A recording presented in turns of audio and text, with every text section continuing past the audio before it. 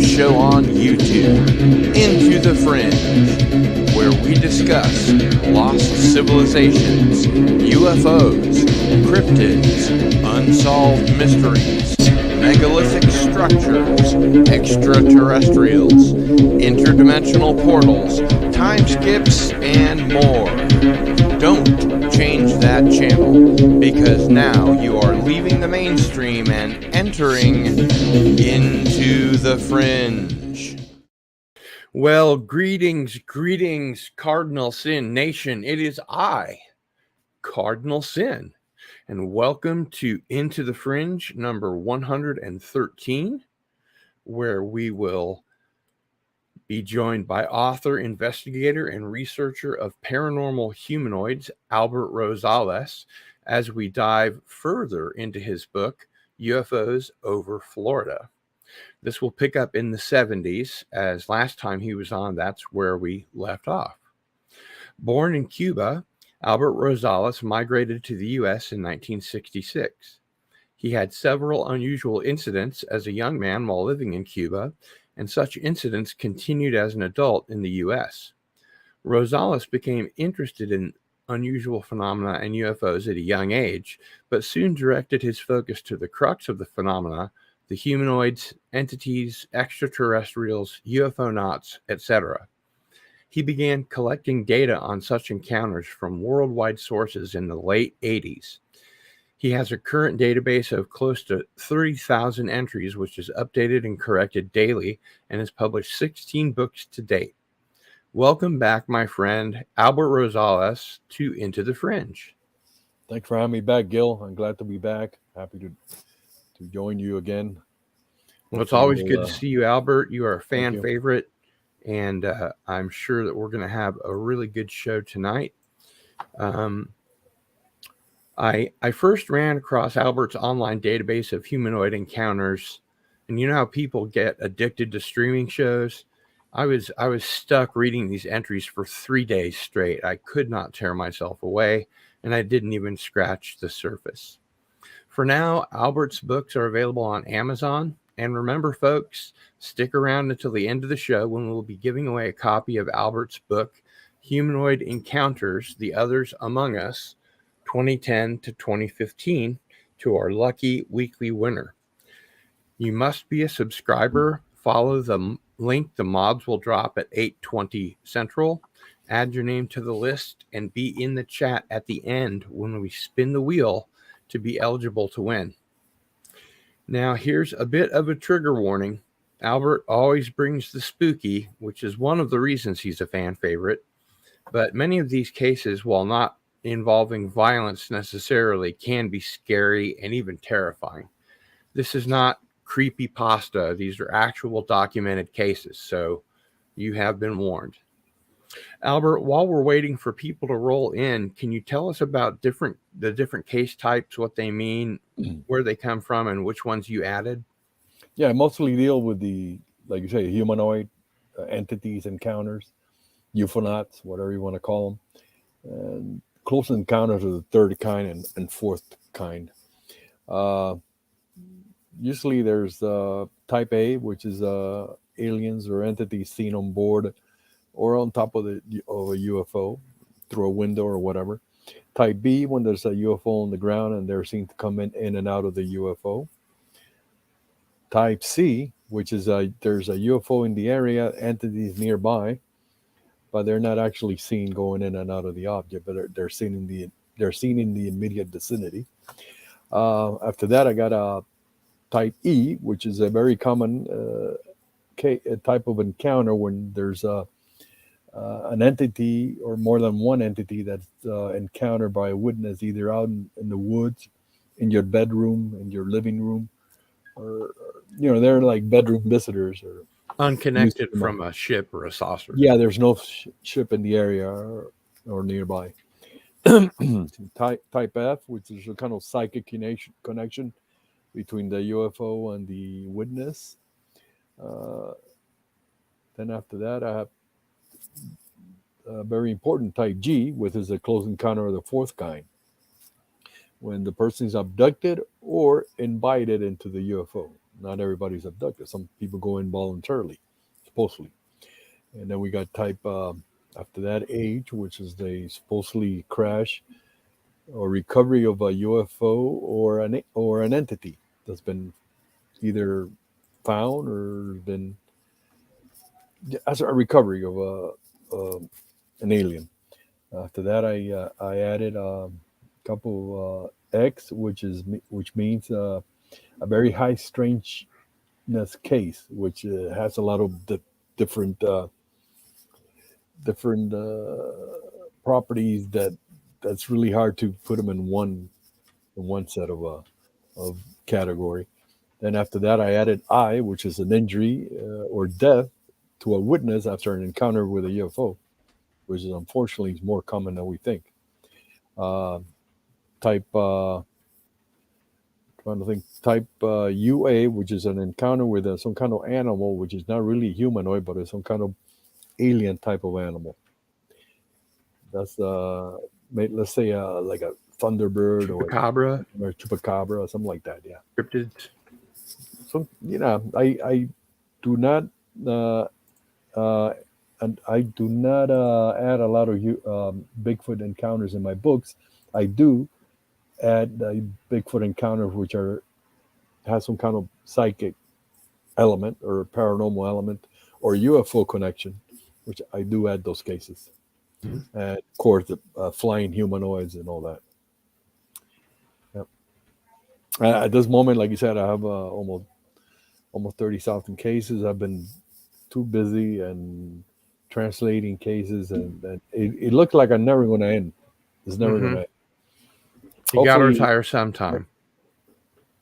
Hopefully, this will be useful for somebody in the future. And just to let everybody know, I'm hoping to have a website set up soon, hopefully, with my new cases or so people could read them like you used to back in the day. Remind me later, and I will try and hook you up with Antiderivative Jill. She does websites and IT work professionally, and she's really good. As a matter of fact, if people want to check out her work, the new website is cardinalsin.net, which I think is pretty cool. We've been working on it for a while. But give her my email or so that you could. I think I did, and I sent her an email, but I never did get an answer. I will indeed. Okay. And Canadian Spider-Man says, please consider hitting the like and the free subscribe button to help Cardinal Sin grow this channel. Thanks. Yes, please. That does help indeed. And I wanted to thank you for our giveaway tonight. A copy of one of your books, Humanoid Encounters, The Others Among Us, 2010 to 2015. Very generous.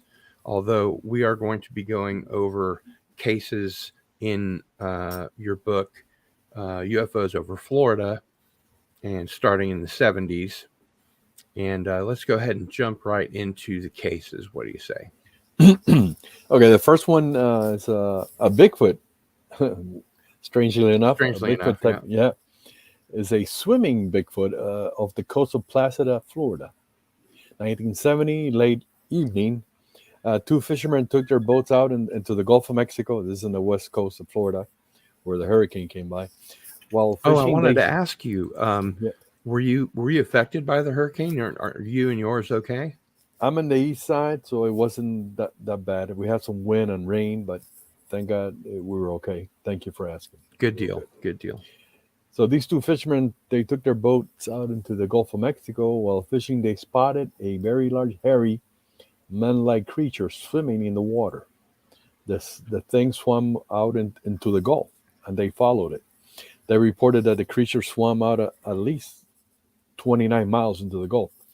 Now, where the heck was Wow. it going? I don't know. The captain stated that he had seen one of these creatures before swimming underwater. So I believe that Bigfoot can swim in the, has been a lot of cases that Bigfoot has been seen in a river or at sea, like this case. Okay, there we go. Yeah, and I've said this before. I think my considered opinion, having investigated, haunted houses, UFOs, Bigfoot, psychic phenomena, all different kinds of paranormal. My thinking is that everything is connected. All the stuff that we call paranormal is just part of normal. Of We one just thing, don't yeah, understand it yet. yeah, we And haven't put because everybody links it to the giggle factor and ridicules it, science never takes any of it seriously until very recently. Hopefully, all the UAP stuff will help us. Oh, Okay, so it's changed a lot since the 70s and all. Oh, a lot. yeah. Okay. All right, we go on then. Go. So the next one is near Brooksville, Florida, in 1970. The time is night. H.C. was resting in his camper when he heard a whirring sound outside. A disc-shaped object landed nearby on 4 legs, and from it emerged 4 small but human-like occupants, 3 men and a woman. All were masked.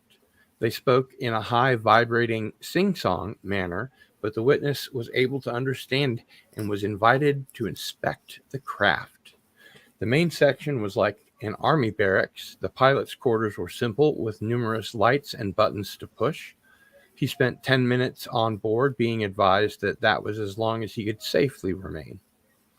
Outside, he again heard the whirring noise, and a rotor of the object began whirling, and flashing colored lights were seen rotating inside the craft through windows.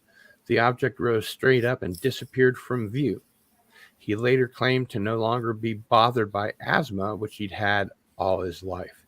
It sounds to me like he got a visit from the doctor. Sounds like a TARDIS. This is one of those cases when after a UFO encounter, there's a positive reaction. Yeah. Or the person is. I was just translating one like that from Chile.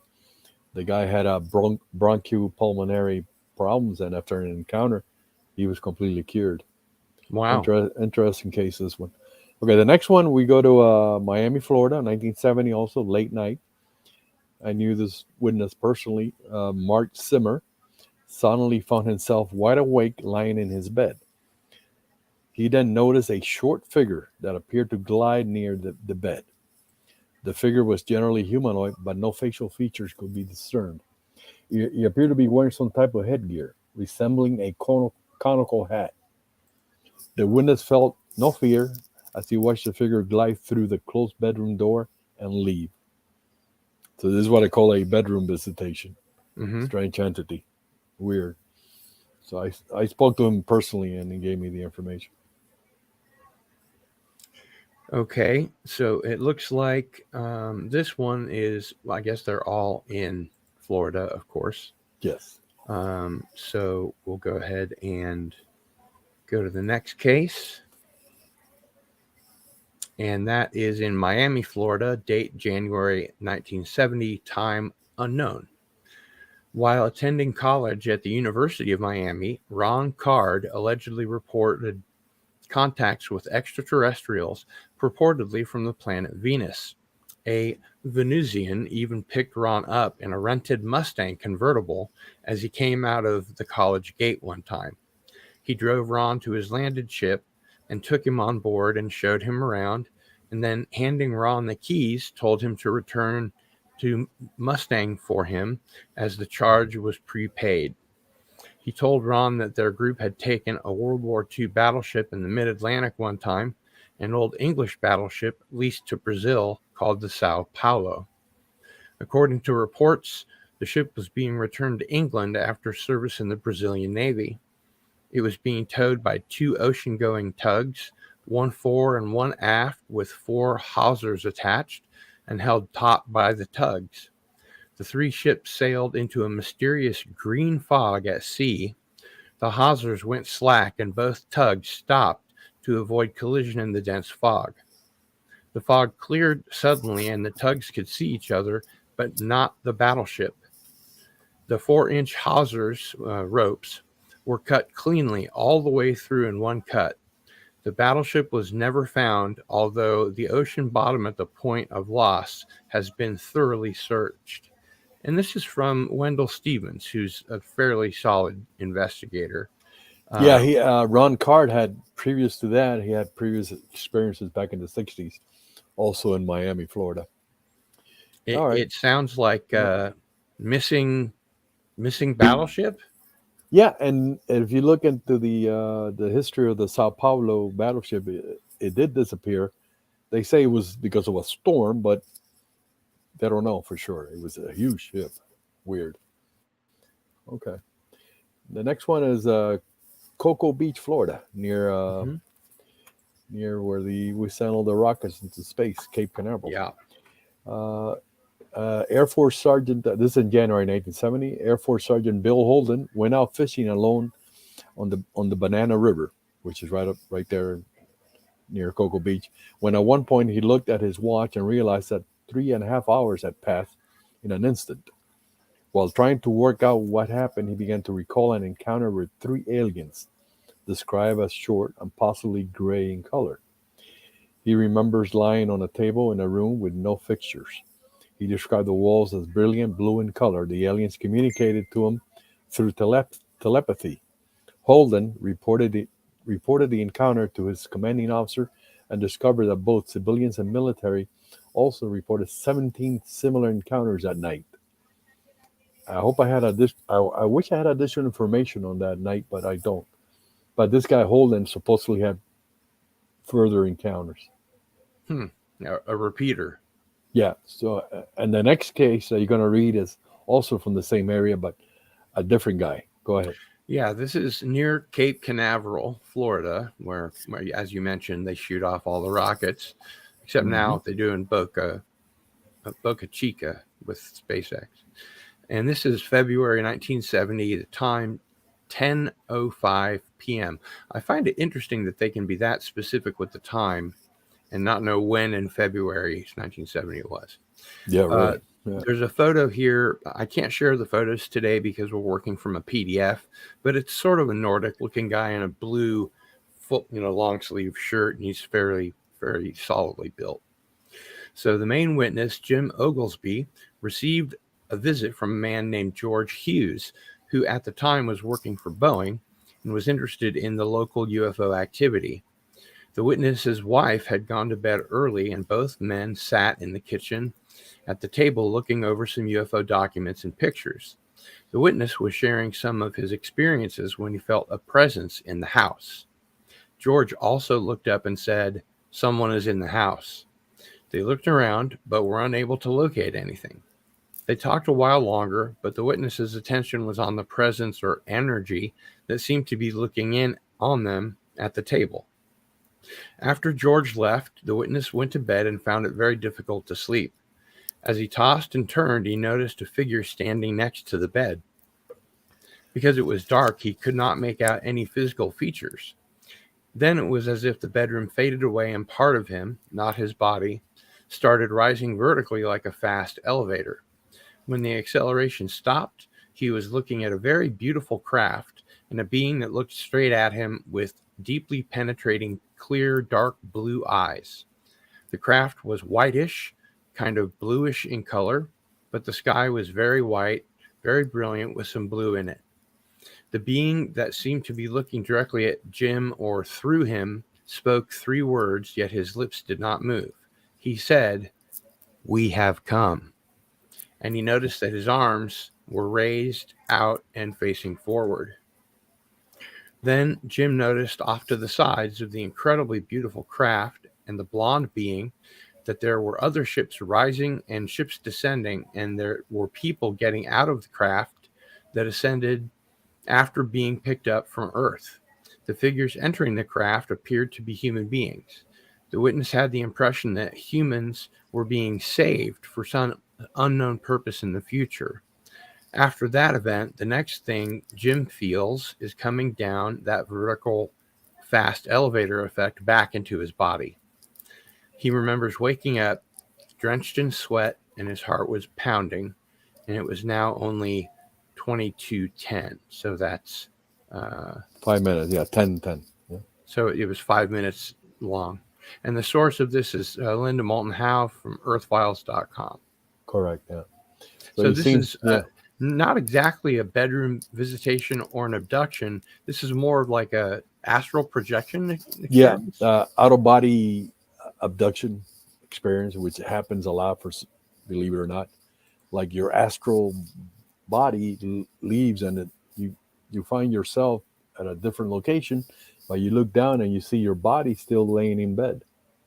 Kind of weird, kind of wild, but yeah.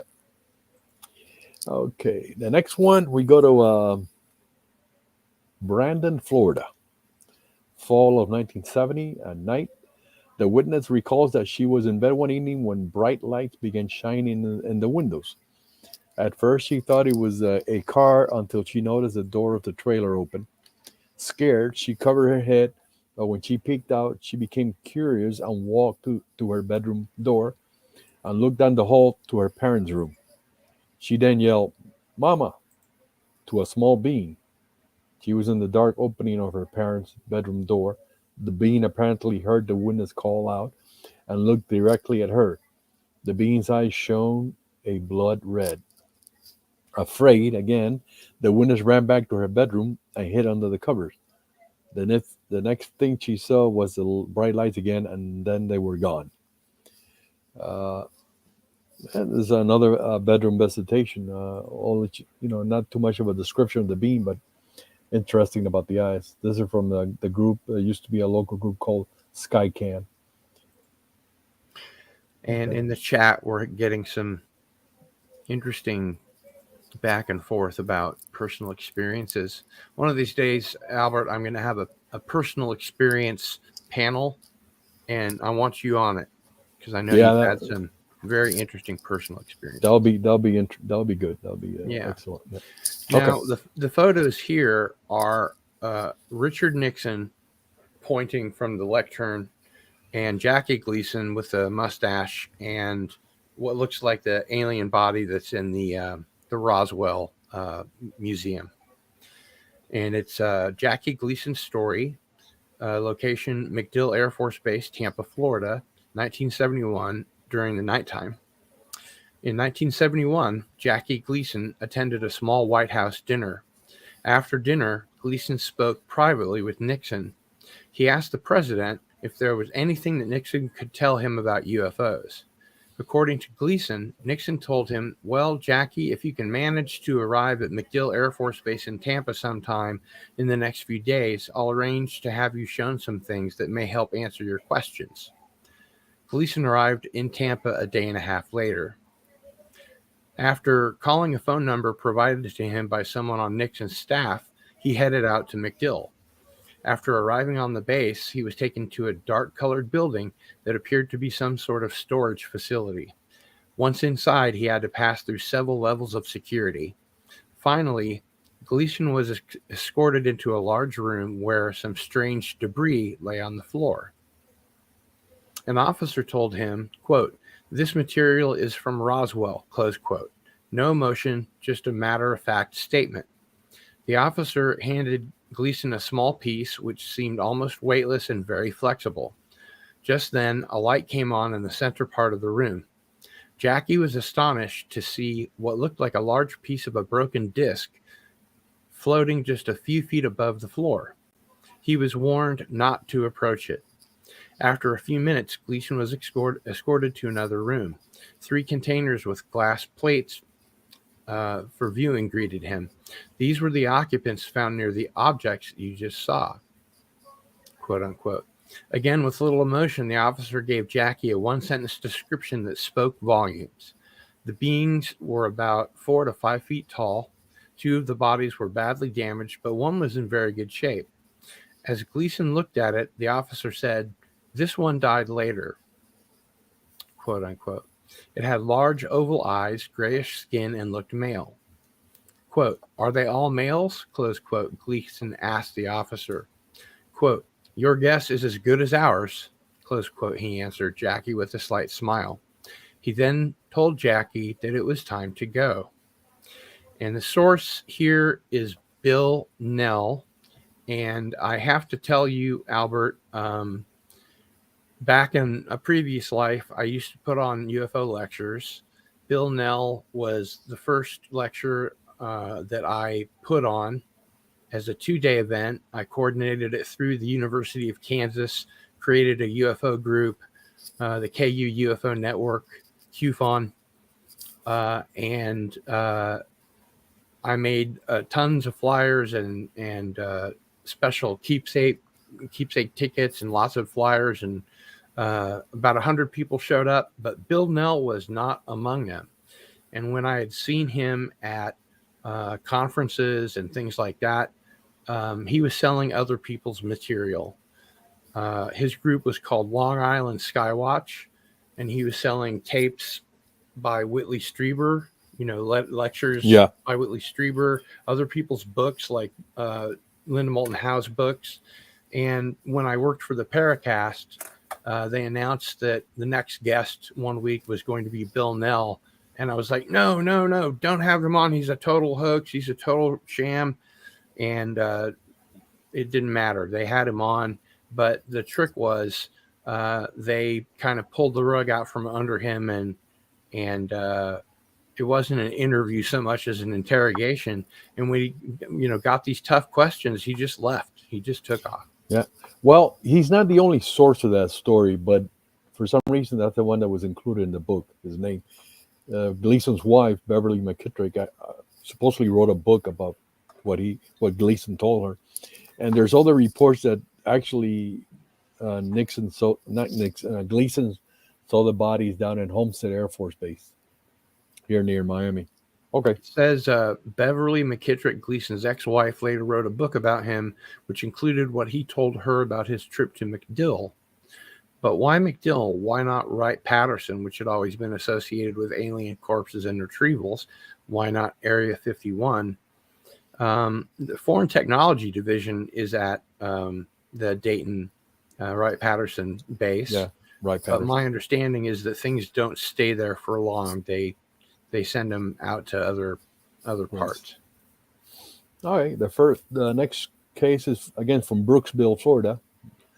February. This one has a date and everything. February 26, 1971, 10:30 p.m. Robert Milcher, 18, and a 10-year-old boy saw a hovering UFO at least 50 feet in diameter, with red lights and a searchlight-like beam, which responded to flashlight signals. In a lighted dome, 6 to 10 occupants dressed in green coveralls were visible around a control panel. They waved at the witnesses. The latter, which is the younger guy, felt a numbness and stinging sensation. The latter, which are the witnesses, felt a numbness and stinging sensation in their arms and wrist. When the UFO departed, it emitted a sound like a swarm of bees. This is from William Lefebvre, Florida UFO Study Group. And this is your typical Type A encounter.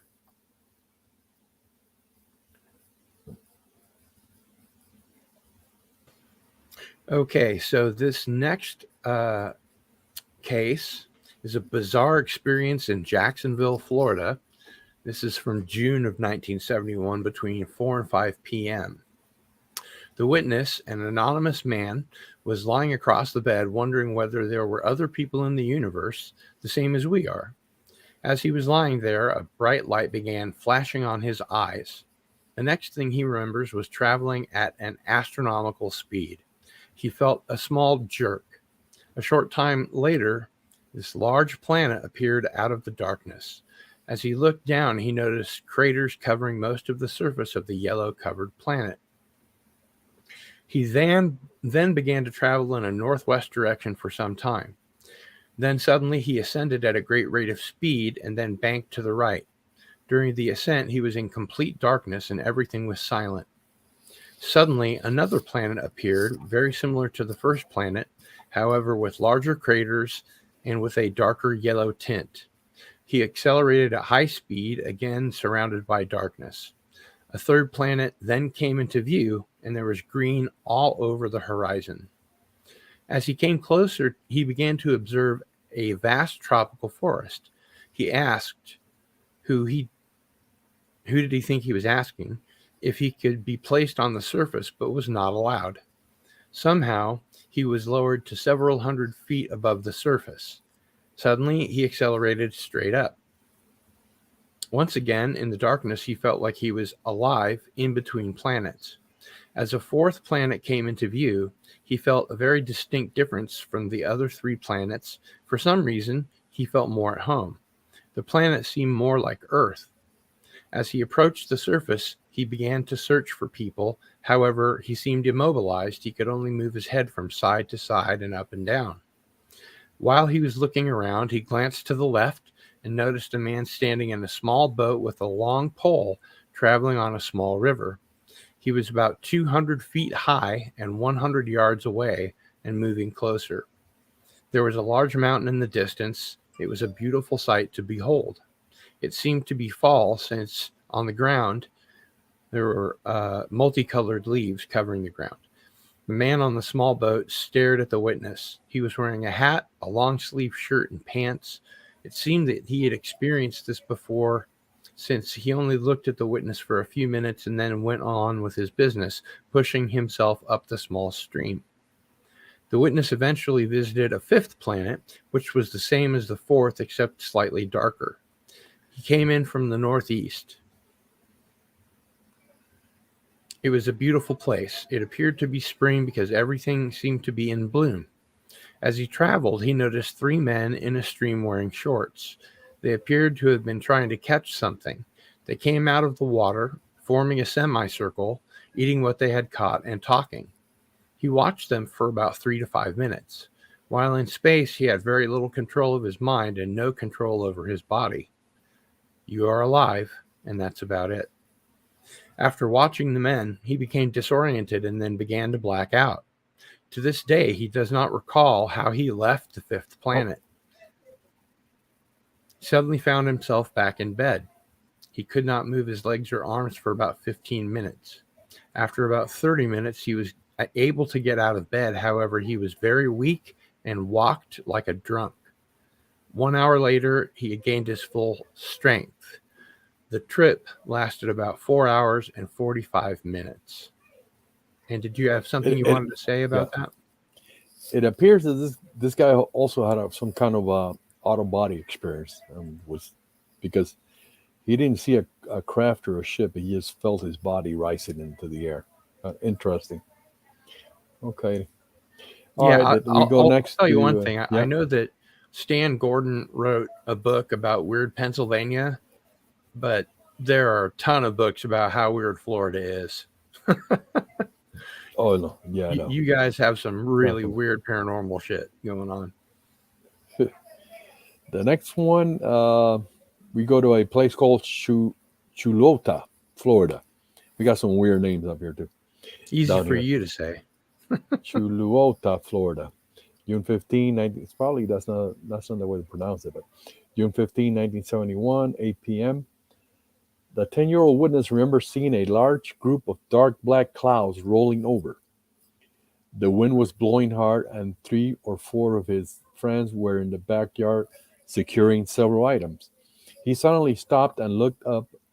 At the same time, everything around him seemed to come to a standstill. The wind stopped blowing and everything stopped. Like the odds factor. The whole yard then became light, just as if a floodlight had been turned on. He then saw a large triangle-shaped object overhead with a bright light in the middle. He could move, but everyone else was frozen in mid-movement. No one else ever talked about it or possibly remembered it. The witness claims he lost 1 or 2 hours of time. There's no additional information. We don't know if he was abducted or not, but this is from the National UFO Reporting Center. Which is a solid source for sure. It's just, one link away from the witness. Yeah. So, I mean, they've got, I don't know, maybe as many cases as you have from people They got that have some, called in.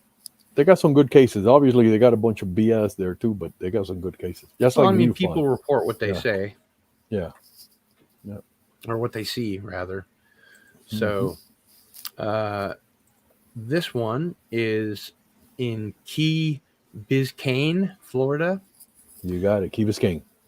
October 23rd, 1971, time unknown. The story revolves around a woman named Shirley Cromartie. She was a mother of three who the press revealed held a security clearance in the Florida White House. I don't know what the Florida White House would be. And that's And where who, Nixon used to live in Key Biscayne. Yeah. oh, so it was like a Camp David kind of thing. Yeah. Yeah. It was almost like it. Yeah. Big Okay, house. it was his Florida away home, Right. Right. and who found herself plunged into a profoundly strange situation. The media began on October 23rd, 1971. Quote, a part-time housekeeper at President Nixon's Key Biscayne retreat has testified that she was put in a hypnotic daze by a stranger who told her to shoplift 4 dresses. Close quote.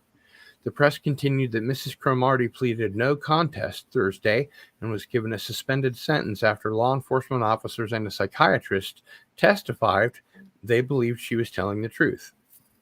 Mrs. Cromartie holds a security clearance to work in the Florida White House, according to testimony. Mrs. Cromartie said a mysterious woman met with her in a parking lot and asked if she had the time, and then ordered her to shoplift the items and bring them to her. The press added, elevating the high strangeness to even greater levels, quote, Mrs. Cromartie testified she fell into a daze when the young woman released a jasmine-like scent from her left hand. She added, I just sort of lost my will. It was a terrifying experience. The media coverage continued. Quote, Mind control. Mrs. Cromartie joined the Key Biscayne White House housekeeping staff about a year ago, according to FBI agent Leo McLaren. He testified her background was impeccable. She was also examined by a psychiatrist who the newspaper said, quote, found she could be hypnotized easily and quickly and believed she was telling the truth. Close quote. But it wasn't the same when he hypnotized me, Miss Cromartie said. I couldn't remember anything afterwards. Whatever that young woman did to me, it was like being in a sleepwalk, only awake. Close quote. As the media continued to dig into the story, things got even more bizarre. The mysterious woman with the mind-altering jasmine-like scent was described as being attractive, young, and wearing a wig, the latter being something which is a staple part of certain women in black cases the source has investigated. Also, the WIB and their more famous male counterparts, the men in black, are oddly fond of asking people the time, as Mrs. Cromartie's mysterious woman was so very careful to do. Metro-Dade Court Judge Frederick Barrett said of this surreal saga, this is all so bizarre that I'm frightened what could happen to the president. Close quote. It's curious that very little additional coverage ever surfaced on this genuinely weird affair. Whether officialdom, as a result of the White House connection, learned any more is a matter that outside of government channels remains unknown. And this, of course, comes from Nick Redfern, who is, again, an unimpeachable source. Yeah. There are other sources like newspaper sources and stuff, but he in my book, he was the main source. All right. The next case is an interesting case. It's called the Gerald Myers story. We go to Bradenton, Florida, November 1971, around 5 p.m. This guy was a police officer. Police officer Gerald Myers was on his way home after shift change, and as often stopped near the inland waterway to sit and relax. It was just about dark as he approached the usual spot. There was a kind of a mechanical buzzing sound in the air, and as he walked forward, he saw what looked like air on a hot highway. That is, it moved and shimmered, but in a localized area and not around it, perhaps like a vortex. As he got closer, he seemed to hear the sound inside his head and then a form began to become visible, about nearly 2 feet off the ground. It was a human-like in that there were two arms and legs and a torso and a head, but in some form of suit like a spacesuit, bluish black or lead color with helmet and a faceplate, glass-like. And then a voice in English, which he heard in his mind, asked, "Why do humans have war?" He thought about what he has heard and decided to answer, "Greed?" he asked. And then the figure went on to ask about the use and need for currency, money, and about atomic power and weapons and such. As the witness continued to listen and answer, the figure became clearer, like a regular person will appear, and clearer in voice, with less static or sound. Meyer could hardly see inside the helmet, but there was a face, barely visible, but rather human-like. He could not see ears, but frontal aspects like eyes, a small mouth, a thin nose, and a rather normal forehead and cheeks, seemingly bluish gray in color. This was possibly due to some filter effect on the face shield. After what seemed like minutes, it faded back into the vortex, or shimmering round area in the area. The whole time, the vortex was about 2 feet off the ground. As to the questions asked, especially the ones dealing with atomic power or weapons, Meyer was not sure of the answer and told the entity that he will get back to him. However, he returned to the same spot over the years, but never encountered the entity again. The only thing that he thinks might be a residual result of the encounter was numerous visions of technical drawings of lens-shaped craft and systems that powered them, and plasma-based weapons systems and advanced flying devices. These visions come to Meyer in his dreams. He contacted his shift commander about the encounter, but was told to shut up and not tell anybody. This guy wrote to Fortune Times about the incident and other sources also. Okay, now this one is a 2-page long recitation for me. Oh my God! This is about the Blount Island creatures. The location is Blount Island in Jacksonville, Florida. Date January 26, 1972, time 3 a.m. While an electrician by profession, Norman Chastain is an outdoorsman by hobby, so on a Friday evening in late January 1972, the 60-year-old man drove with his cabin boat and trailer toward Blount Island, which lies inland from the Atlantic Ocean near the mouth of the St. Johns River east of Jacksonville. The island is essentially an industrial complex with municipal docks, a generating plant, and towering power lines. It was soon to figure prominently in the news as the Audubon Society fought in the courts to prevent a platform-mounted floating nuclear power plant from being constructed on the island. But for Norman Chastain, Blount Island meant calm water and a likely spot to catch large red bass. He anchored the sea camper 50 feet from shore. It was a high slack tide.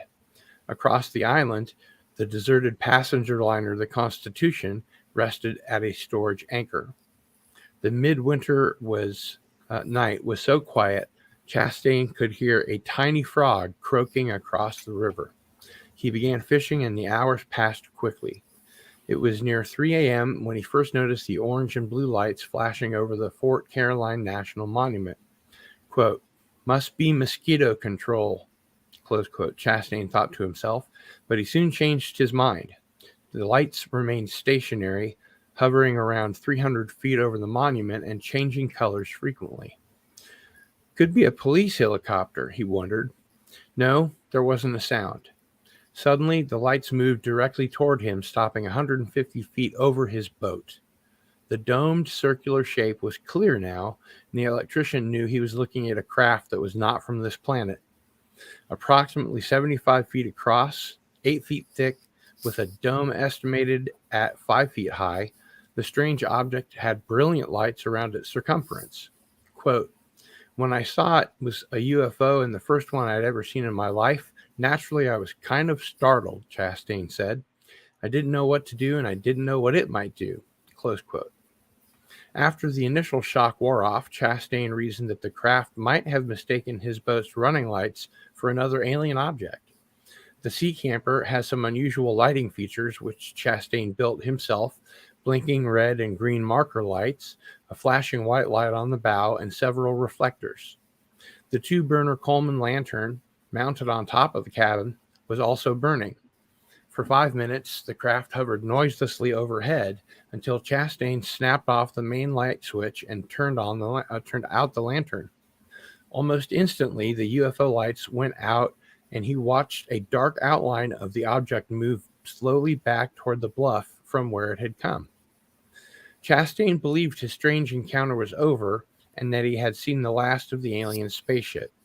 Now he had other things to worry about, because in the excitement of the sighting, the tide had shifted and pushed his boat aground. He made his way onto the dark island to hunt for a piece of driftwood to pry his boat off the shore and back into deeper water. He carried a strong spotlight with him and played the light over the ground to avoid stepping in any holes. Some distance from the boat, he located a 10-foot plank and began making his way back to the sea camper. Quote, I stopped about 75 feet from my boat to rest a minute, as that wet piece of timber was heavy, Chastain said. I raised my spotlight to see if my boat was still in the muck, and there in the edges of the bushes was the strangest looking creature one could ever imagine. Close quote. Standing in the waist-high growth was an alien being, clothed in a tight-fitting suit that the witness compared to old-fashioned men's winter underwear, quote, except it was dark silver gray and it shined slightly, close quote. The being was about 5 to 5.5 feet tall and had small arms, a large head with pointed ears, and a slightly angular chin. On top of its head was a glowing disc. The creature's mouth was slightly open, and framed in the bright glow from Chastain's spotlight, the oversized protruding eyes resembled glass reflecting light. As the witness understated, quote, it didn't look human at all, close quote. For several frozen moments, alien and Earthman gazed at each other. Then suddenly, the being raised his left hand, which held a flat device about 3 inches across. There was a brilliant white light, which Chastain said almost blinded him. Then the numbness started, a slow paralysis that began in his neck and moved throughout his body. Quote, I staggered around so dizzy I couldn't stand up, so I lay down in the tall grass. My arms and legs became numb and tingled, just like when your leg goes to sleep. I was tempted to scream for help, hoping someone might be on the island and would come to my rescue, but then I decided it might be better just to lie still. The devil-looking thing might have come up to where I was and finished me off in an instant, close quote. After the brilliant ray from the alien's weapon flashed in his face, an overpowering stench seemed to cling to Chastain's hair and clothes. A sickening, unfamiliar odor, which he said, quote, didn't compare to a skunk, unquote. Whether this foul smell was part of the beam or one of its after effects, Chastain couldn't be sure. Now laying paralyzed in the grass, the terrified witness said, quote, for the first hour I was sure I would die, but I prayed and prayed. The numbness began going away. About daybreak, I was able to get up on my hands and knees and crawl further away from the boat. By noon the next day, my strength returned and I could walk again. It was a warm day. I could see my boat 50 feet out in the water with the door open and no one inside. Close quote. Take a sip of water here. Yeah, this is a long narrative. Sorry. The offensive odor still covered him. Chastain swam out to his boat, put on swimming trunks, and dried his clothes, but the stench still remained. He washed his hair with disinfectant, threw his clothes in a roadside ditch on the way home, and felt almost normal except for having a peculiar light feeling, almost as if he were floating on air. This condition didn't escape his wife's notice. Quote, you don't look right, Norman, she said as soon as he walked in the house. What's the matter? Close quote. Since Mrs. Chastain had been under a doctor's care, he didn't want to upset her with the details of his frightening experience. Quote, so I told her a little lie that the water had been rough and I got seasick, close quote, the witness said. Quote, what's more, I didn't tell anyone else for fear of being ridiculed or having someone accuse me of being some kind of nut, close quote. Norman Chastain couldn't have known that his experience with the humanoid form from another world was far from over. The following day, he went to his physician for a checkup just in case the alien ray might have done permanent damage, or by chance the paralysis might have caused a stroke or a heart attack. His doctor gave him a clean bill of health. The electrician returned to the island in the daytime to search for some clue or evidence of his bizarre encounter, but there wasn't a trace. He smelled around the grass and the bushes where he had fallen, but the noxious odor was gone. The piece of timber was still on the ground where he had dropped it.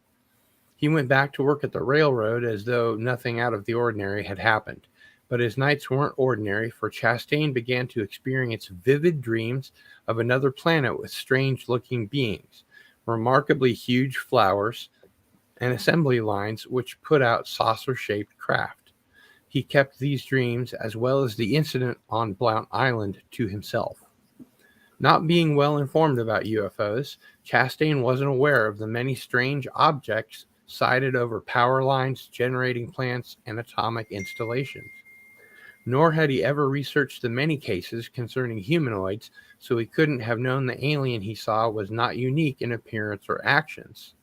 Silver gray, tight-fitting uniforms, prominent glowing eyes, pointed ears, mysterious rays which blind or paralyze, all of these are familiar features in documented sightings reported by responsible eyewitnesses to UFO investigators all over the world. It was now just a few days into February 1972, and Norman Chastain was asleep when a loud clap of thunder woke him up. Quote, it was lightning and raining, and then that same overpowering, distinctive stench that thing shot me with was pouring in my bedroom window. I jumped up to close the window, got my gun, and stayed awake the rest of the night, listening and smelling that sickening odor. I wondered if that creature had some way of knowing where I went when I left the island, close quote. Chastain got up several times during the stormy night to peer nervously out of the window. His wife was sleeping in a separate bedroom on the opposite side of the house. Finally, the storm ended and it was morning. Chastain heard his wife moving about and the cat meowing to be let out. He dressed quickly and with gun in hand, cautiously opened the back door from where the stench was pouring in. For a moment, he thought he'd lost his mind. Growing in the grass directly behind the sea camper was a cluster of flesh-colored heads. It was like a scene out of an all-too-real horror movie, but the plants all resembled the facial distortions of the alien on the island and were producing the same terrible odor. With mouths gaping, large eye sockets shining with a white substance like glazed eyes, 3 of the 5-inch-tall heads appeared fully developed, while 2 of the smaller ones were, according to Chastain, like, quote, newborn babes with their eyes closed, close quote. The witness shuddered, looking skyward and on the ground for a spacecraft or other growths, but there was nothing else unusual to be seen. He had to have someone else witness the strange growth, so he rushed to some of his neighbors' homes. The men had already gone to work. In a state of near frenzy, Chastain returned home, grabbed a shovel, and dug up 2 of the bigger heads and 2 smaller ones and tossed them behind the nearby utility shed. Then he called to his wife, asking her to join him in the backyard. Her first shock response was, quote, Lord, that looks like something from another world, close quote. Chastain desperately wanted to tell his wife everything that had happened on the night he went fishing alone on Blount Island, but he held back, concerned about her delicate health. Already she was showing signs of becoming ill from smelling the noxious odor of the remaining growth. Quote, go inside and call the police. Tell them something strange is growing in our backyard, close quote, Chastain said to his wife. And have them say I'm drunk or crazy when I tell them what it looks like. A pink devil with big eyes and pointed ears and a round mouth that's sticking up in the neighborhood, was her response. Chastain had to agree with her, but he desperately wanted other witnesses. Grabbing a shovel, he dug up the last freak growth, jumped in his car, and headed for Jacksonville and the Journal newspaper offices. He carefully placed the head on the front floorboard of his car. Quote, I had to drive with my head out of the window because the stench was overpowering me, he said. I was getting dizzy, the same helpless feeling I experienced on the island, and I was scared the numbness might start to set in before I reached the newspaper office, close quote. En route, Chastain narrowly avoided hitting another car. He jammed on his brakes and the growth slammed against the steep portion of the floorboard. Now, another nightmare began. The head started oozing a red substance after the impact, a secretion which Chastain describes as similar to blood. He tried to regain his composure at the newspaper offices as he described the weird plant in his car to the news editor. Chastain made no reference to the craft or alien on Blount Island. According to reports, soil samples were taken from different depths in Chastain's backyard and on Blount Island and subjected to various tests in several laboratories. The backyard soil under preliminary microscope examination possessed substantial fungi hyphae, root filaments, and it was hoped that the spores remaining in the samples would germinate in a humidity chamber set to duplicate the condition that prevailed on the night they grew. And this source is Lloyd Brown for the Jacksonville Journal. And just to let folks know, that was a 5-page read. Crazy. And I have another Brent Rains. I don't know if you know him. He investigated the case personally. He used to be stationed there in Mayport, Florida, near Jacksonville, where I was stationed also. He investigated the case, and for some reason, it was one of those cases that it was hushed up a lot, and no one else heard about it afterwards. It's a weird one for sure. Very. All right, we go to the next one, Dania Beach abduction. If we don't finish now, we'll all come back another day and start or keep on. Near Dania Beach, Florida, August 1972, night. The main witness was camping out with two friends at night when he decided to go for a night walk alone. As he walked along the beach with the solitude of the damp wind and misty fog, he wondered about the world and his place in it. Sounds like the other guy that was. Suddenly he was startled to feel a hand that was placed on his shoulder. But it wasn't a person's hand. It was an alien's hand that mentally communicated a feeling of calming which flooded the witness.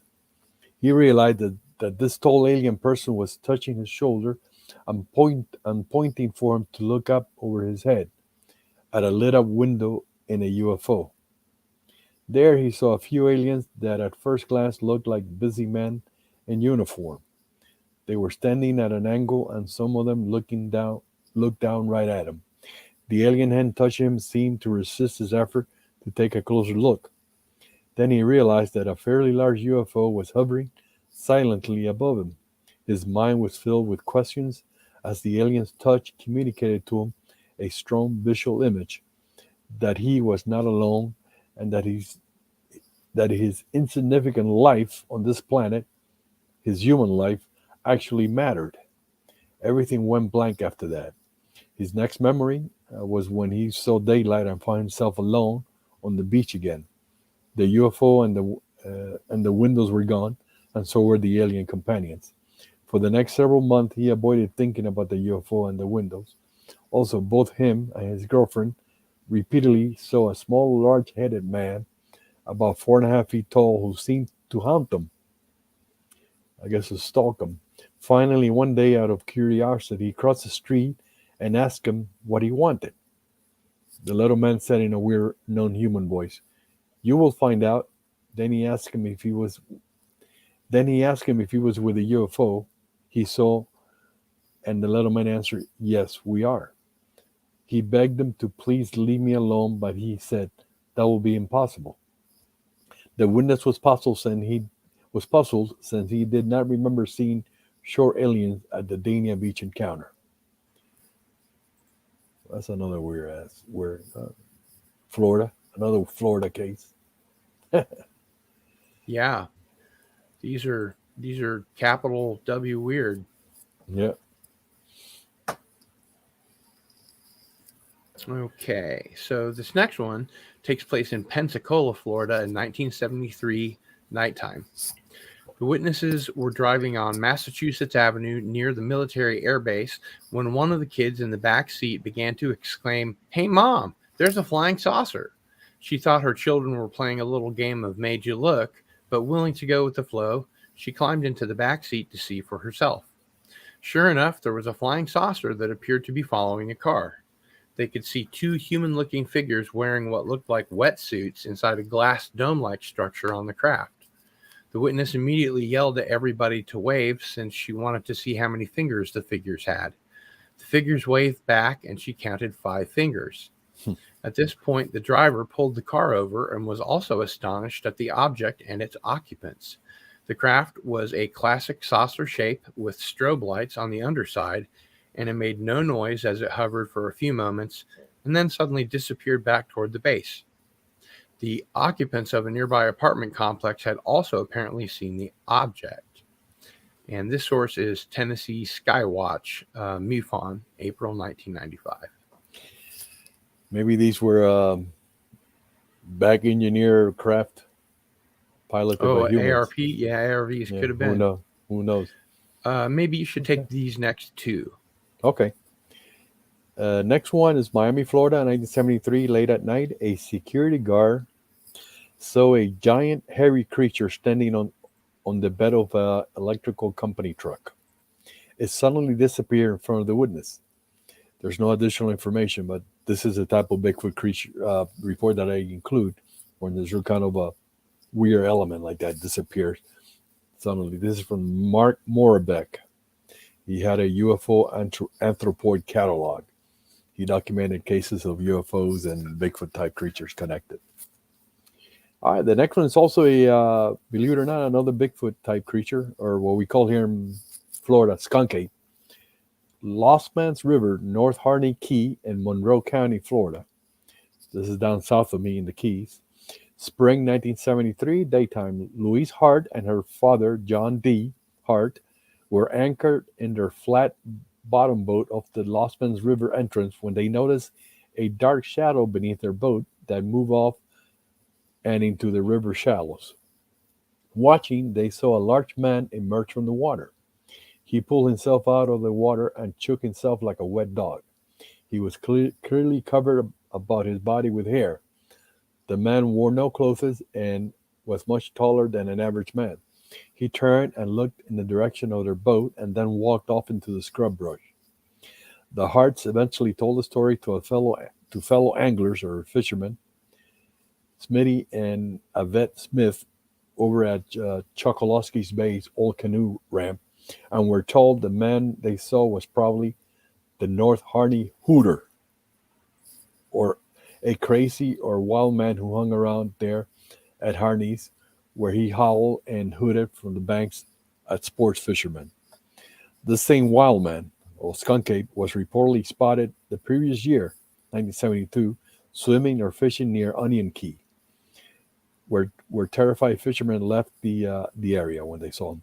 There was one more account with a similar 7-foot creature description, also supposedly seen climbing in and out of mangroves with glowing red eyes, south of Chokolosky, also in 1972. It was unknown if that report was connected to the North Harney entity. Probably the North Harney Hooter. Yeah, North Harney Hooter. People have the strangest names for stuff. It's crazy. For cryptics, yeah. Yeah. I mean, this definitely sounds like a skunk ape case. Yeah. Okay, this location is North Miami, Florida. Date October 5th, 1973. Time 3:35 a.m. Helen Hogue, who had previously seen mysterious multicolored lights outside her window, decided to make an attempt to communicate with it by using telepathy. Moments later, she found herself inside a circular control room on board a V-shaped craft. A beautiful, tall, blonde-haired woman greeted her. She wore shiny, pale blue pants, a jeweled scarf, and a headband. The woman introduced herself to the witness. Then a taller man wearing a silvery white suit appeared and introduced himself as the captain. There was a metallic pole in the center of the craft that flashed in multicolored hues of light. It seemed to be part of the control mechanism. She was taken to a soft contour chair and was given a peach-colored liquid to drink. She was later shown a huge viewing screen on which she was given different messages. And this source is Glenn McWayne and David Graham, quote, The New UFO Sightings. Remember that book? That book came out in the 70s, paperback. Yeah. I've never heard of that book. Yeah. Which Check is it out. odd because I have almost every UFO book that's ever been published. Check it out. Glenn McWayne and David Graham. All right. The next one. And before we go any further, I just wanted to repeat for people that may be new or have come into the show that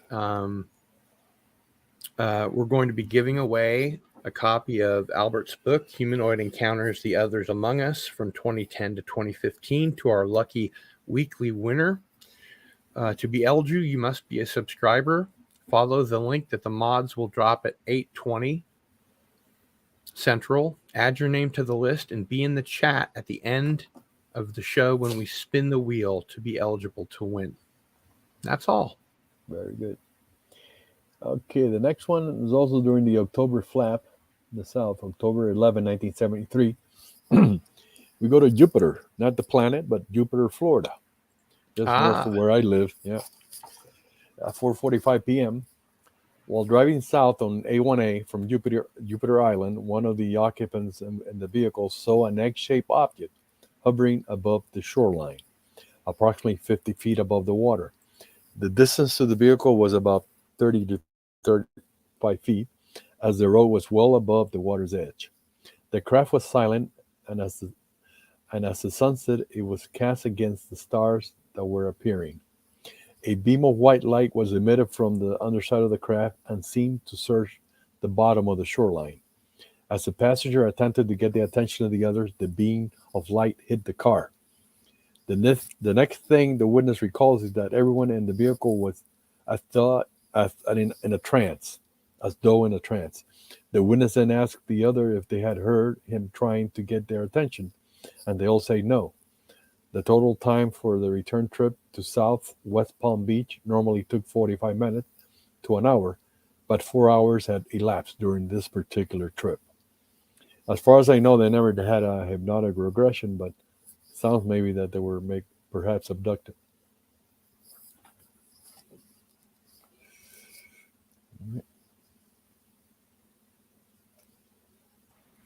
Okay, and I think I'm going to take the next two.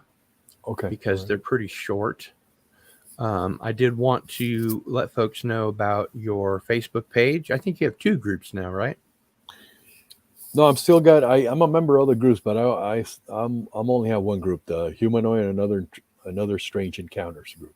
And if you search on Facebook on Albert Rosales, that will come up. But otherwise, I've put a tiny URL on the screen, and that's in the chat so people can check it out.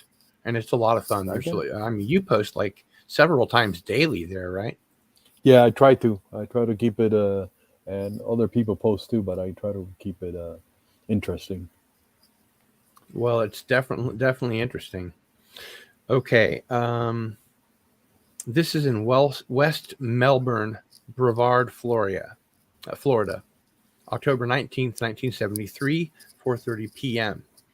A person called the sheriff's department Friday and said he was watching television in his West Melbourne home when he looked out the window and saw a UFO in his front yard. Apparently, the craft just materialized on the ground and did not fly in. He told the department a creature got out and it had silvery skin, crab-like claws, antennae, and it looked into his living room window with scary eyes. The department quotes him as saying, "The witness said the creature got back into the saucer-shaped craft and flew off. During the same time, there were other reports. No other information." And this is just quoting the newspaper, right? Yeah, this is from the Humcat listing. newspaper source. I And I'll probably take do the have the next one newspaper name, by too. the way. You This will? one's Okay, a go ahead. little shorter. This one Yeah. is near Brooksville, Florida, November 1973 during the nighttime. As Nancy and Debbie Kay were traveling down Highway 476, they noticed a strange creature standing in a pasture not too far from the Kelly farm. They described the creature as being large, grayish, and ape-like in appearance.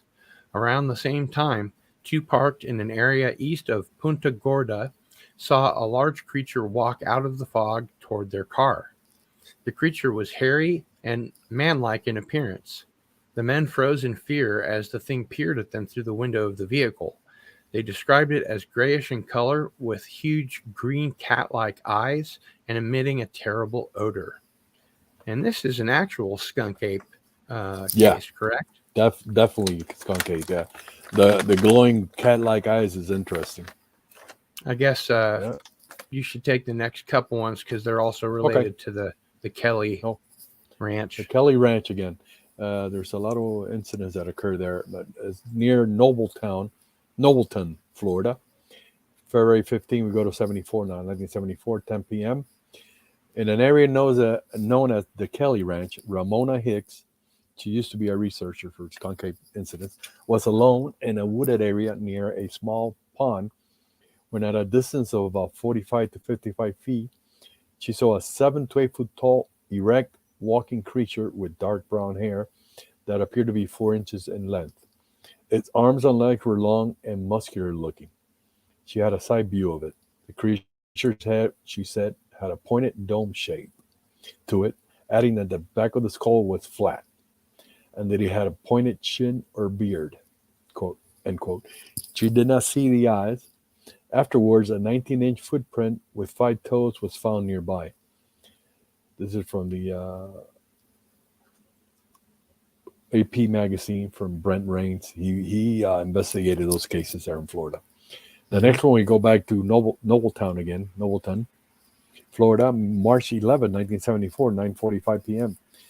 In an area known as the Kelly Ranch again, Ramona and Dwayne Hicks, that was her husband, encountered several creatures in the area of a garbage pile, kneeling on their hands and knees, making smacking, sucking sounds, quote, end quote, and quote, chatter and clicks, end quote, with short, dark, and light brown hair on their bodies, leathery faces with sunken eye sockets, thin lips, fangs. These have fangs, a pointed chin, pointed head, and pointed ears. They appeared rather frail looking with long arms. During the incident, both parties described being hit by a sudden wave of fear.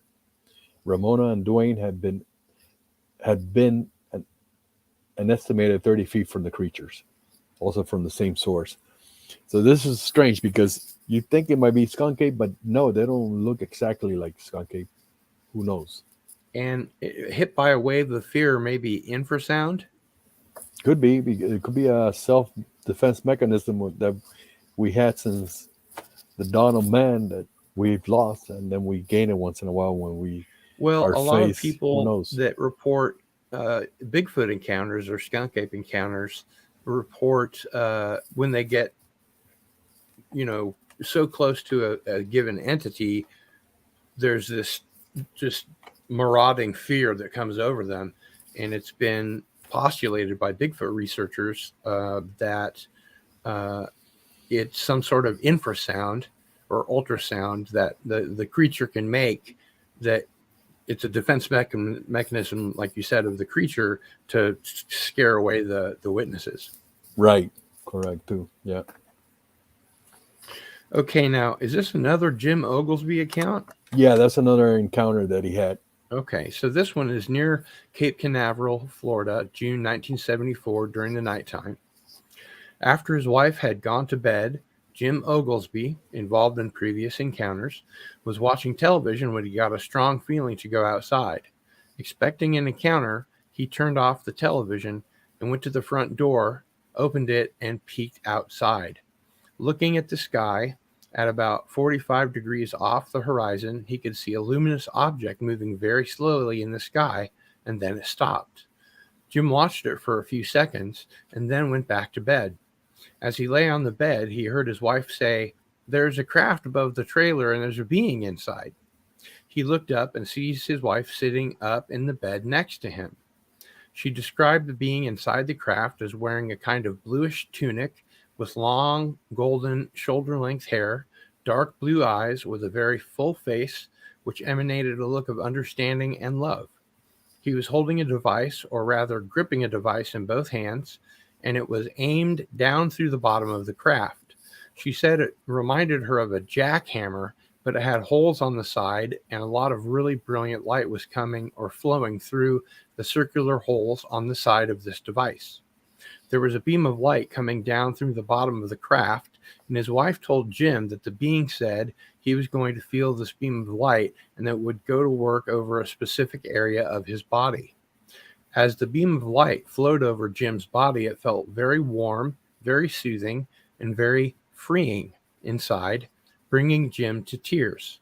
Interestingly, when Jim's wife, Laura, was describing the experience, her tone of voice was very slow and measured.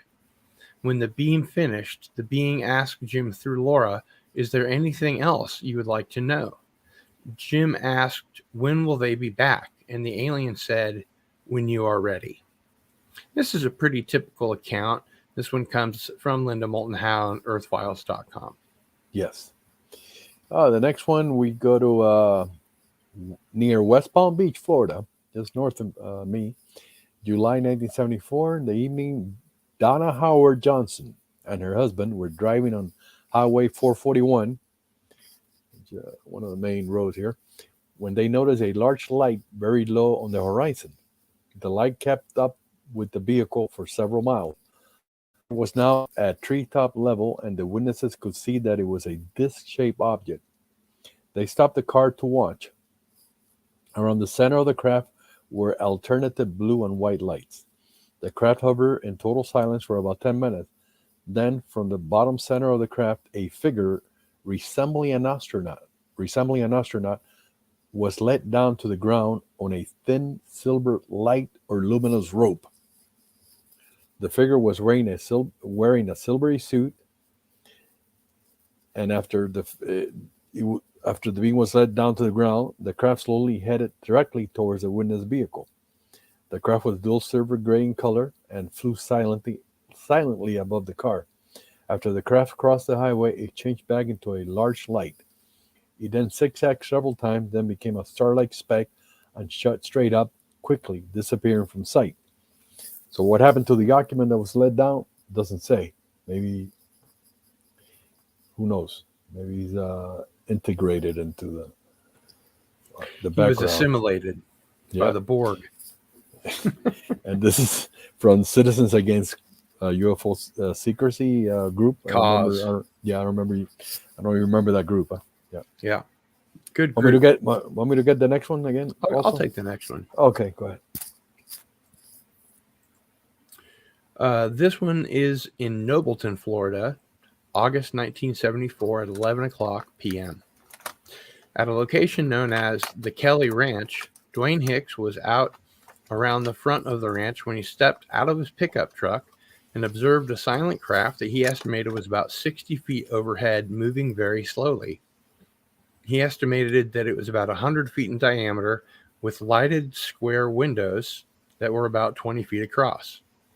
Also at the same location, Ramona and Dwayne were driving down a two-lane Route 491 when she said a big ball of light flew down from the west, seeming to hit the road in front of her about 200 feet away, and then shot straight up.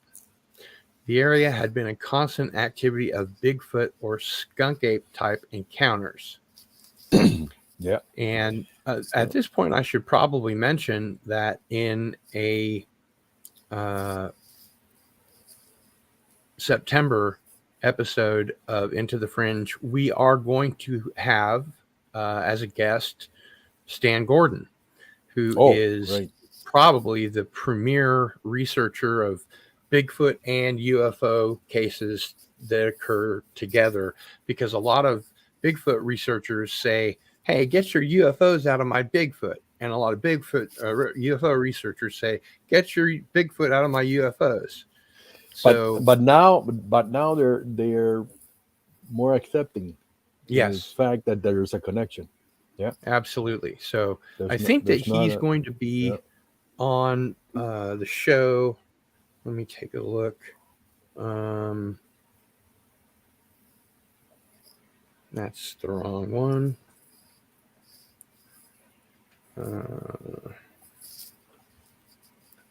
Yeah, September 7th, Stan Gordon will be on Into the Fringe.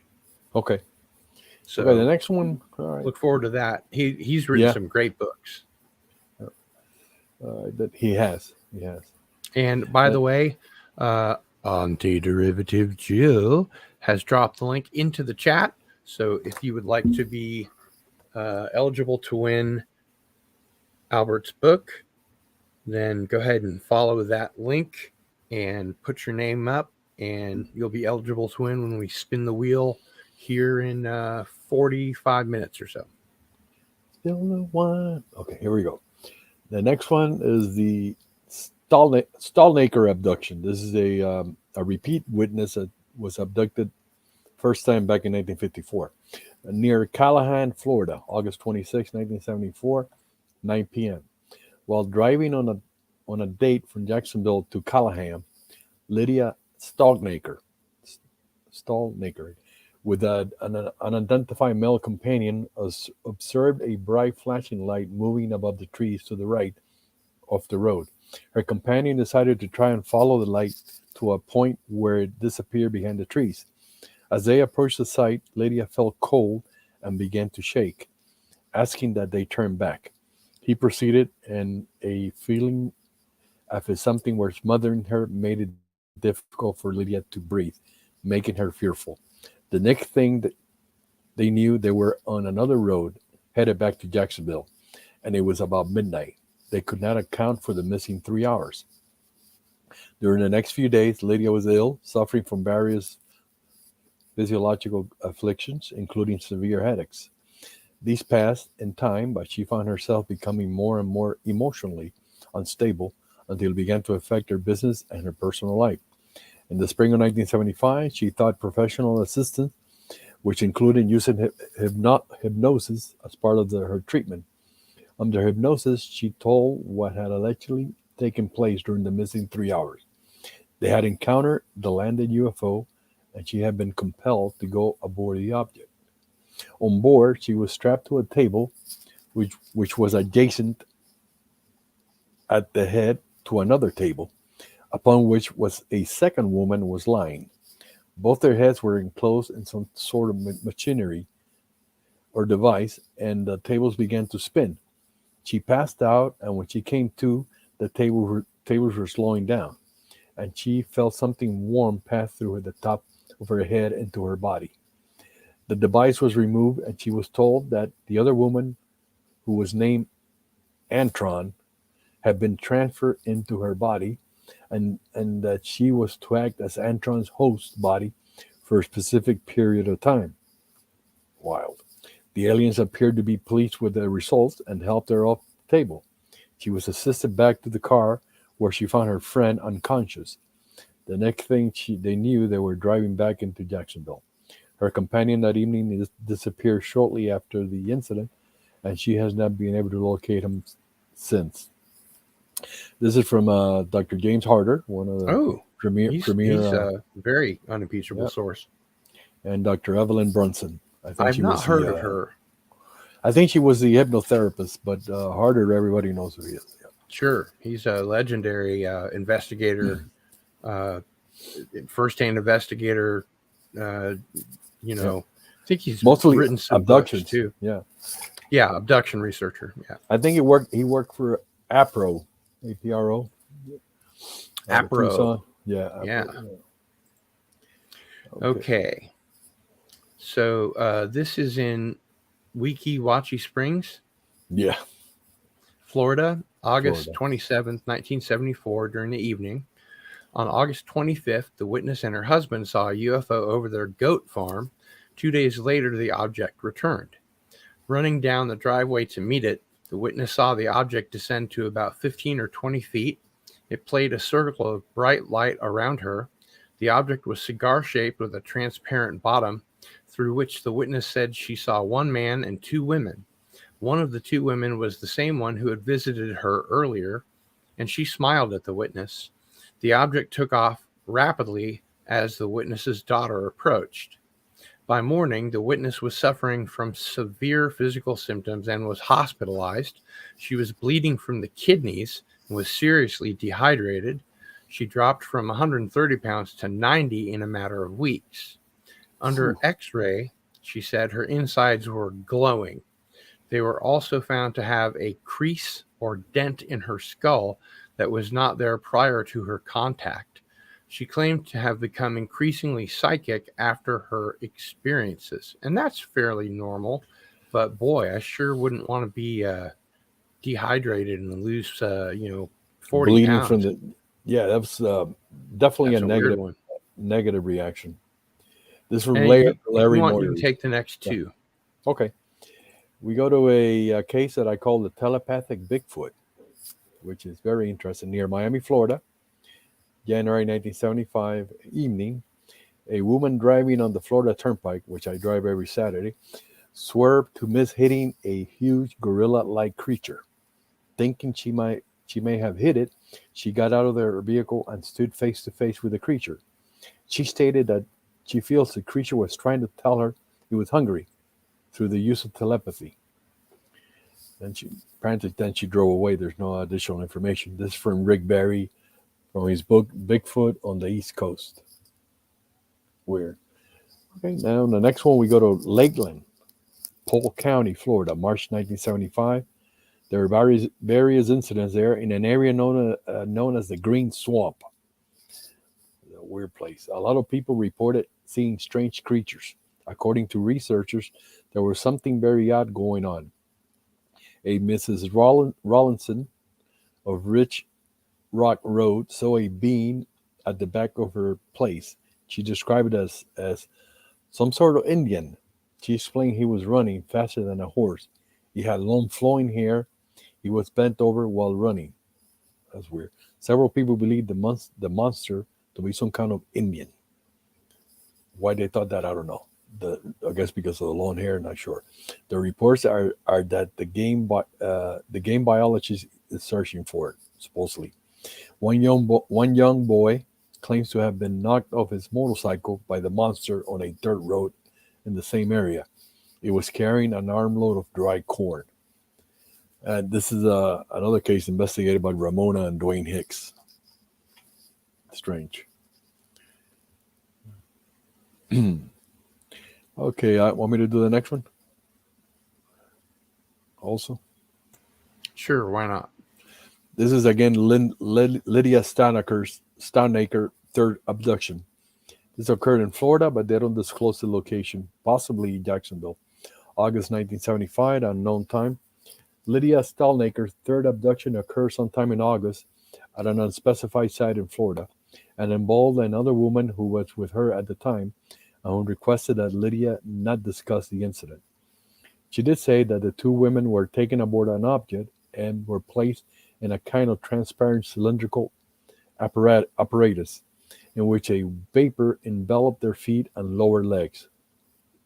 She found it very difficult to breathe. Again, the object was a small one, and she does not know how long she was in the contraption, explaining that they instructed her to stand there, and she did.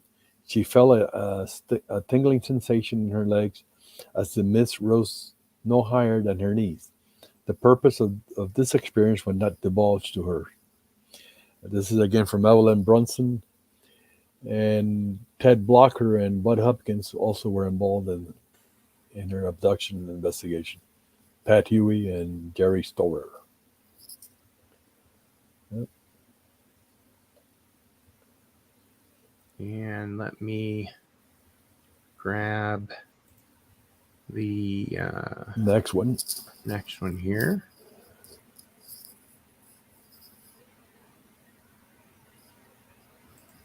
Give me just a moment.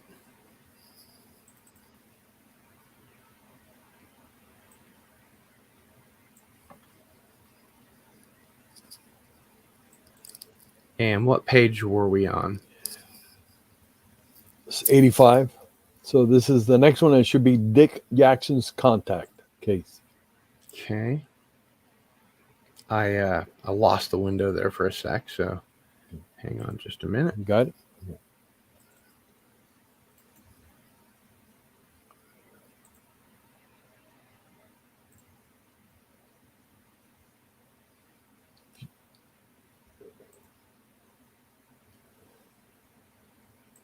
I could take it if you don't. Yeah, why don't you take the next one while Yeah. I'm trying to Okay, bring this it is up.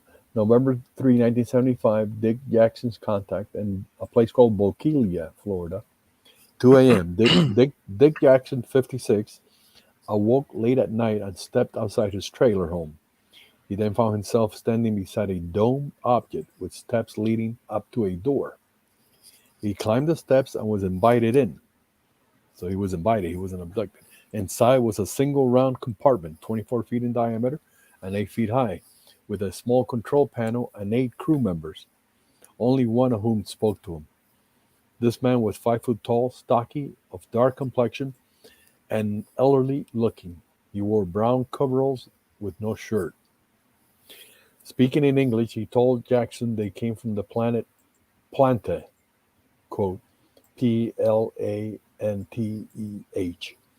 They have been preparing a neighboring planet, quote, for colonization by Earth people, and Jackson was asked to help them recruit colonists. Perfect health being offered him in return. Well, that's interesting. After 90 minutes of conversation, Jackson left the UFO, which took off with great rapidity. Then he found himself in his trailer. He told his 16-year-old son of the experience. Apparently, they never did contact him again, but this is from a newspaper source, Fraser Moore, Fort Myers News Press. Okay. 86, page 86. Yeah, I'm on board. Thanks to Rod Thunderheart for a $5 super chat. Few bucks to keep the lights on. Cardinal would love to relate my UFO experience. They're UFOs, god damn it, to Mr. Rosales one day. Stay real, Cardinal. Well, thank you very much. Well, give him my email, and he can contact me anytime. I sure will. He's a good friend of the channel, and when we have our sort of roundtable of viewer experiences, we will definitely have Rod on the panel. Very good. Okay. All right. So we are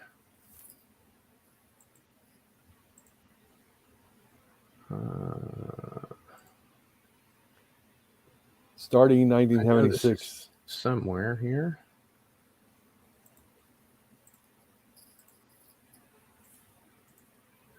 Maybe it's hiding from me. Here it is. Okay, so this is in Mosquito Lagoon, Florida, which is near Cape Canaveral. So okay, go ahead. It's 1976 during the nighttime.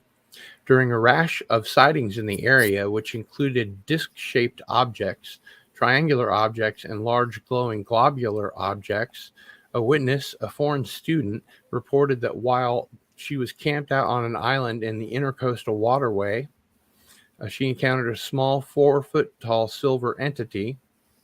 Reportedly, the witness took a Polaroid photograph of the humanoid creature. Several research organizations and one photographic specialist examined this photo, but no conclusion was reached concerning the validity of this entity. This large body of saline water is part of the Cape Canaveral Space Center. And this is from the book Strange Florida by Charlie Carson. Yeah, too bad we don't know too much about this incident. Okay. And I'll take the next one too. Oh, that's Lydia again. Go ahead. Yeah, you read the first one of these. So this is Stallnacker's last contact on Little Talbot Island in Duval, Florida, February 7th, 1976 at 10 p.m.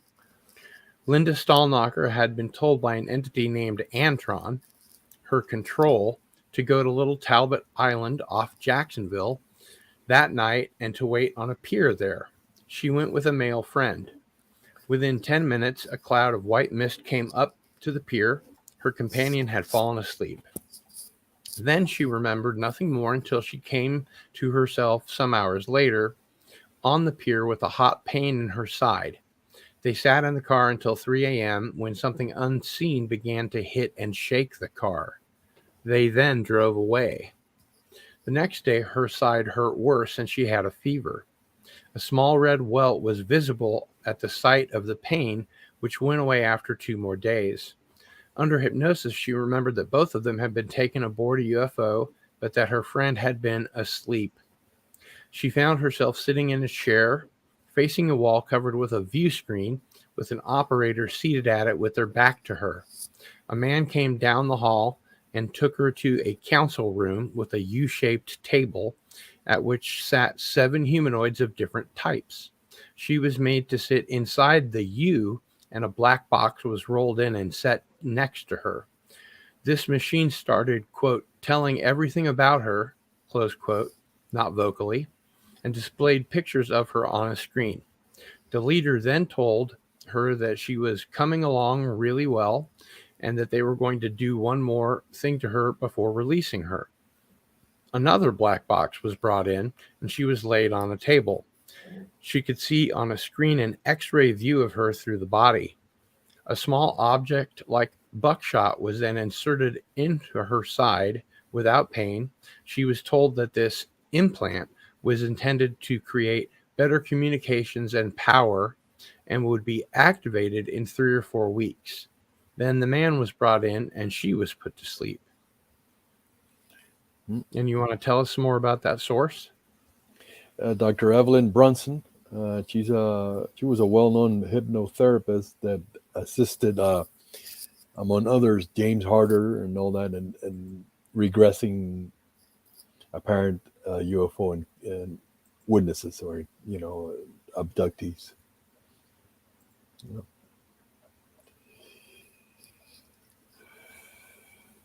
Okay, the next one we get it from a UPI news story. Interesting. Lake City, Florida, February 10, 1976, 11 p.m.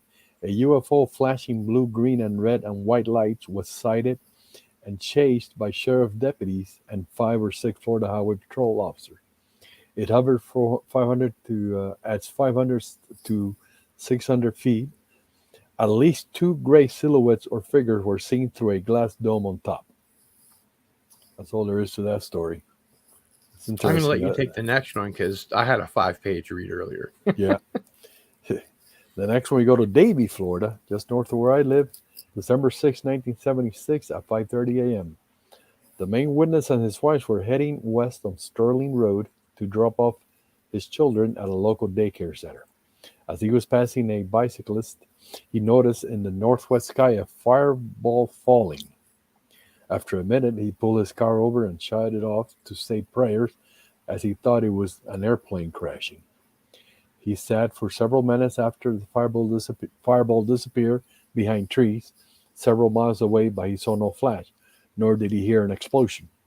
Within 2 more minutes, the witness and his wife observed a huge, dull, grayish, metallic-looking object that was heading slowly towards them and southeast. The object was immense. Did not emit any noise, smoke, or any exhaust that will be noticeable from thermal fluctuations of the air around it.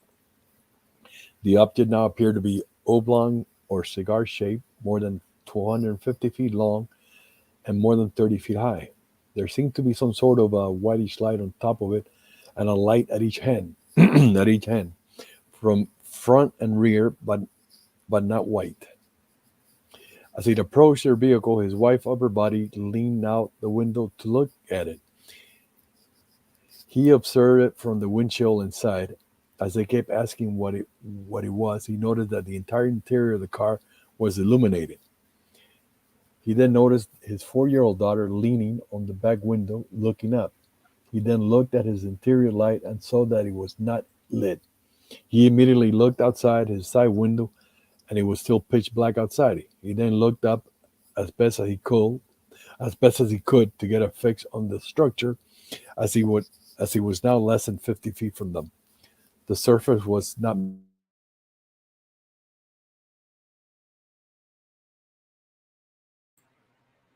We lost you there for a minute, Albert.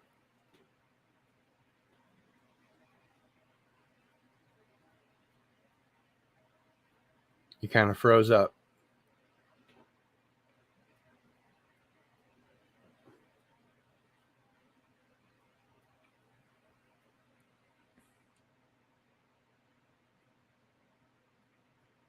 Hello, Albert.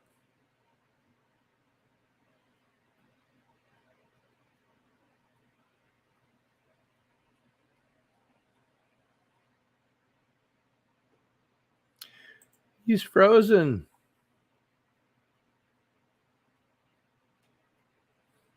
Hopefully he will join us momentarily. And I will take over from there. He then noticed his 4-year-old daughter leaning on the back window looking up. He then looked at his interior light and saw that it was not lit. He immediately looked outside his side window, and it was still pitch black outside the car. He then looked up as best as he could to get a fix on the structure, as it was now less than 50 feet from them. The surface was not metal at all. It had a sandy texture, similar to that of shark skin. He could not locate any seams or a single area that would suggest any conventional assembly that he had ever seen. The object became stationary for an undetermined period of time, and they sat and just stared at it for minutes. And then from the corner of his left eye, the main witness saw a small, childlike figure run rapidly across the front of his headlights. It was about to climb over the metal road barrier, but hesitated and turned toward him. He immediately tried to get a glimpse of any articles that he might be able to identify, but it had nothing. It had no shoes, belt, tools, weapons, or any other devices. His first thought was to jump out and grab it and throw it in the trunk. But then a voice of sorts told him not to move or he would be harmed. He tried to lift his arm and was horrified that it looked like it was cut off where the light ended inside the car. He looked at the small figure again and thought it was so small and having no weapons that he could easily overpower it. The voice again warned him that the stretched cloth suit the figure was wearing carried 40,000 volts of piezoelectric current. The figure then hopped over the fence and went into a horse breeding ranch about 140th Street. His last memory of the incident was when he was looking south behind his car and seeing a somewhat different shaped object about a mile south of his location, moving slowly at first, but then as he watched, the object seemed to accelerate so fast that it just vaporized.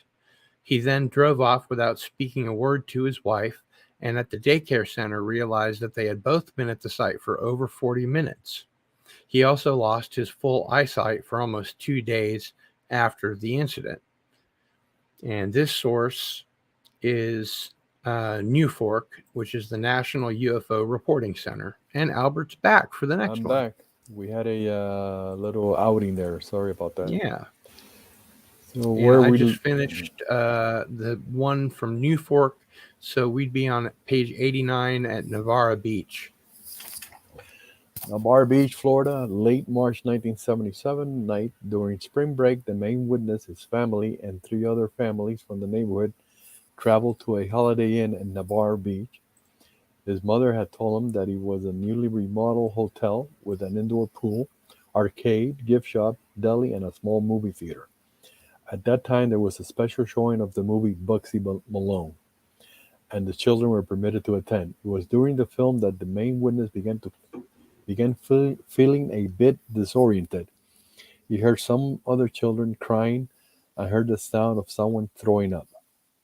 At one point in the film, he got up from his chair to leave, but was quickly escorted back to his chair by an usher in a black suit and black hat. He saw 1 or maybe 2 more men in black suits and hats at the back of the theater. After the movie, he felt just fine, and he never complained to anyone about the experience.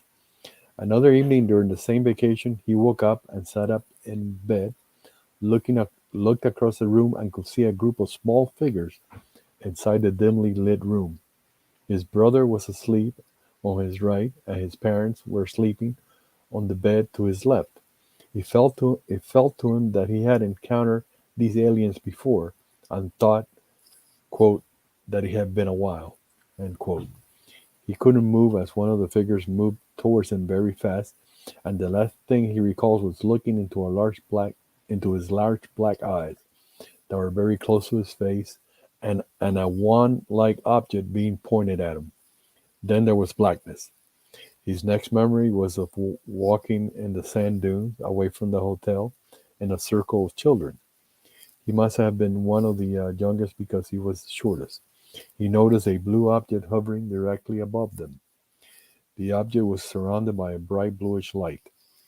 The closest he could describe is the bluish color was a blue glow seen in Cherenkov radiation. I'm not sure where that is, but he had only seen that in photos. Then there was blackness again. The next morning was a Saturday, and he was watching cartoons, and while watching television, he was able to recall the events of the night before. He told one of the other children about the experience, who did not believe him.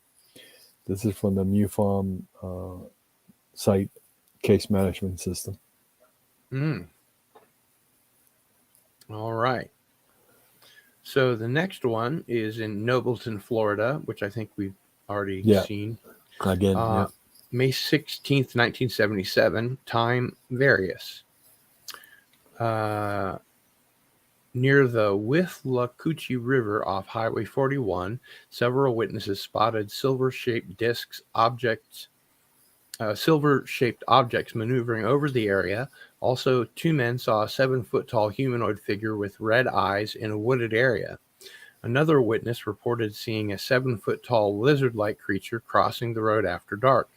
He also heard strange cries or screams.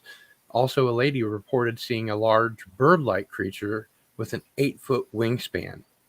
Another man saw one with a 15-foot wingspan moving very slowly over some orange groves. It's a lot of stuff. This source? Yeah.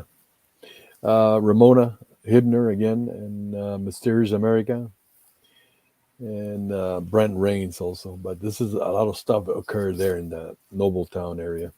I'll go ahead and take the next one. Okay. This is a crash in Yeehaw Junction. Located near Yeehaw Junction in Florida, June 1977 during the afternoon. The witness, while traveling west on Highway 60 just west of Yeehaw Junction with his family, mother and two brothers, when they noticed the ground was on fire. The fire was stretched from the south side to the north side of the highway. The fire ended next to a shiny, dark, disc-shaped object with a dome on top that was lying at a slight angle on the ground. It looked like it had crash-landed or made an abrupt landing. There was no landing gear visible. As far as they could tell, the UFO must have let off some type of energy that sparked the dry ground on fire or was coming down. The approximate size of the object was 50 feet in diameter, and 10 feet tall, and it was approximately 100 feet away from the witnesses. The day was cloudy but dry. The witnesses stood there for a minute or so looking at the object when suddenly they became afraid and decided they should all leave. This is also from the MUFON case management service. And the comments are, was it a rough landing as the witnesses thought or a crash recovery? Thinking that the object managed to leave the area. And I'll go ahead and take this next one too. It's in Miami, Florida during June of 1977 during the late night. The witnesses heard loud scraping noises on the roof that woke them up. They also heard strange voices along with the scraping. This is creepy. Then they saw a very bright light coming from the bedroom window. Going to the living room, they saw an object drop down and hover low over the ground between the houses. It was an octagon-shaped craft that gave off a very bright light. Inside, they could see several short gray figures. The object was about 8 feet long and 4 feet high. Its light was yellow-green in color, and it emitted a soft humming sound. After a few moments, the object shot away at a very high speed. And again, this source is from the National UFO Reporting Center. All right. So I'll take the next one, and then you got to get ready for the So the giveaway. Yeah. This is from both, and then, like I said, I will have to come back and keep on the Florida cases. Do it again. Yeah.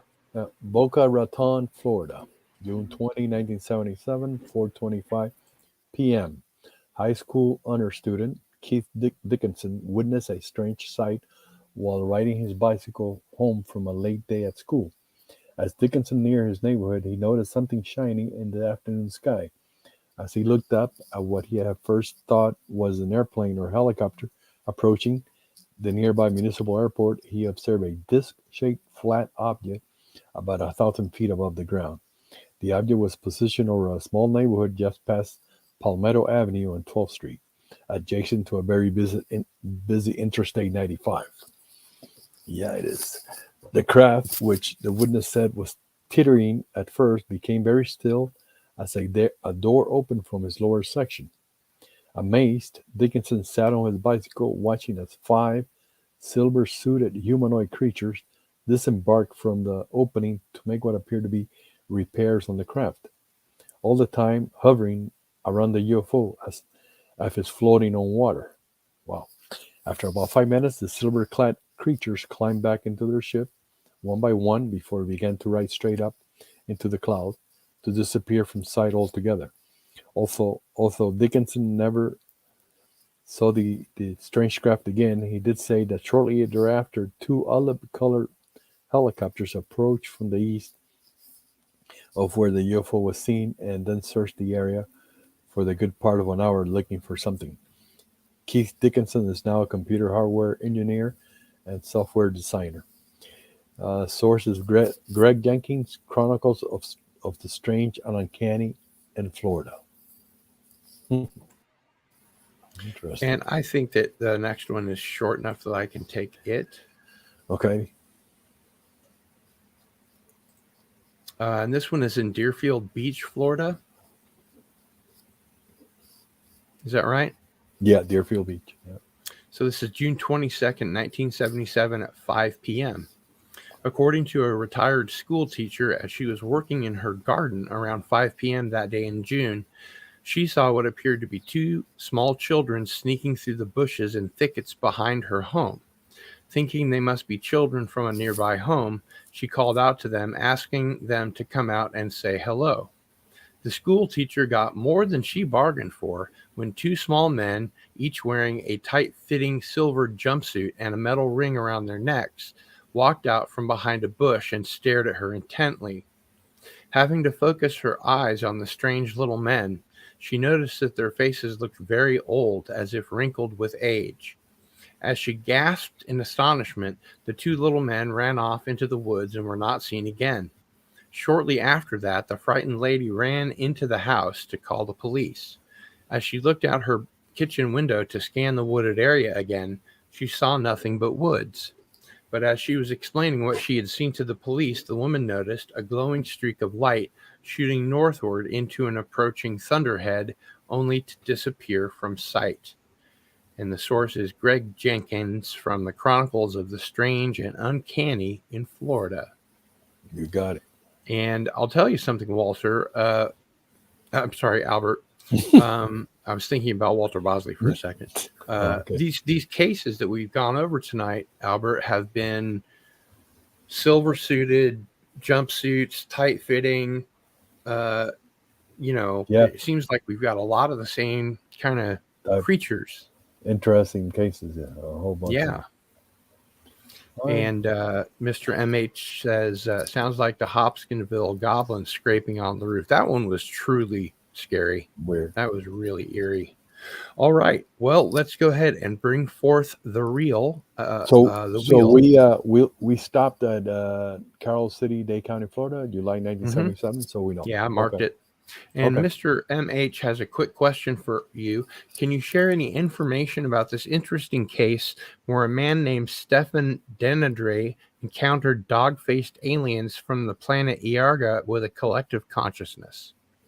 Well, Wendell Stevens, he wrote a book about that encounter. Mm-hmm.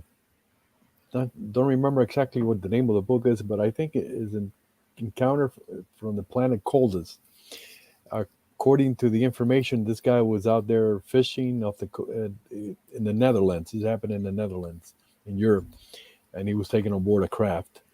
I mean, the book is extensive. I have a short summary of the incident in one of my years. I don't remember, but it was one of those interesting contact cases that Wendell Stevens wrote about a lot. And the aliens Well, were that like, their is, faces were like horse shaped. Yeah. yeah, like the pony faced dog soldiers that Biden talked about. Makes me wonder what he's seen. Yeah.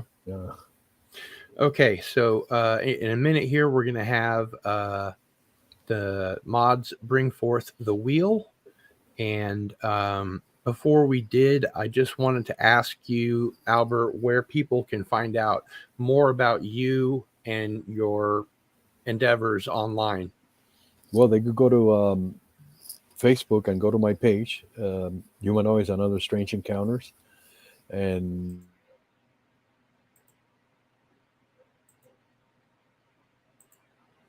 And he froze. And this is a link to his Facebook group there. We'll leave that up. And I hope, Mr. MH, you had your question answered.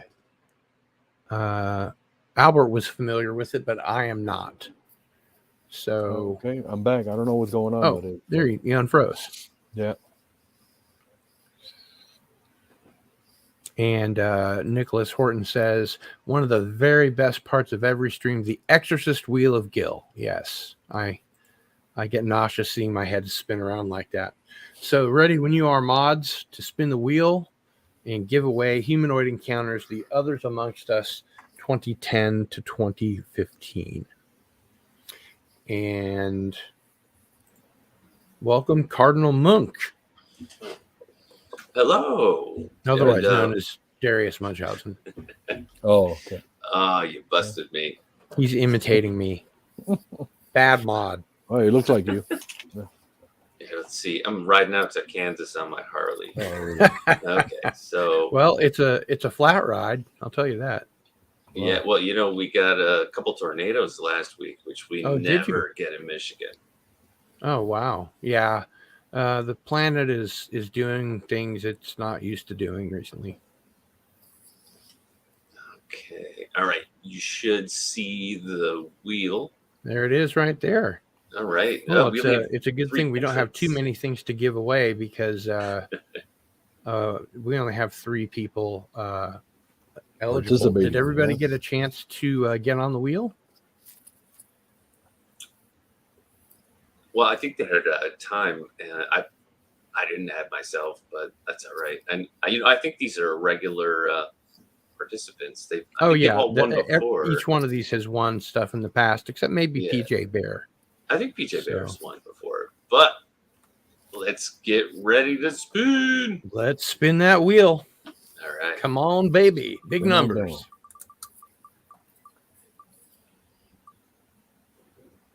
Mr. MH.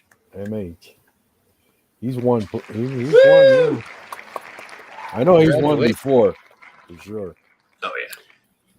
And congratulations, Mr. MH. What we're going to do is I have the book, and Albert is going to go ahead and inscribe a autograph to Mr. MH and email it to me, and I will print it up and put it as a bookmark into the book. So it'll be an autographed bookmark, basically. So thank you very much. I don't have any books at hand. That's why it's going to happen that way. Yeah, no, that's cool. That's why I'm here. I'm always prepared. Wouldn't be prudent.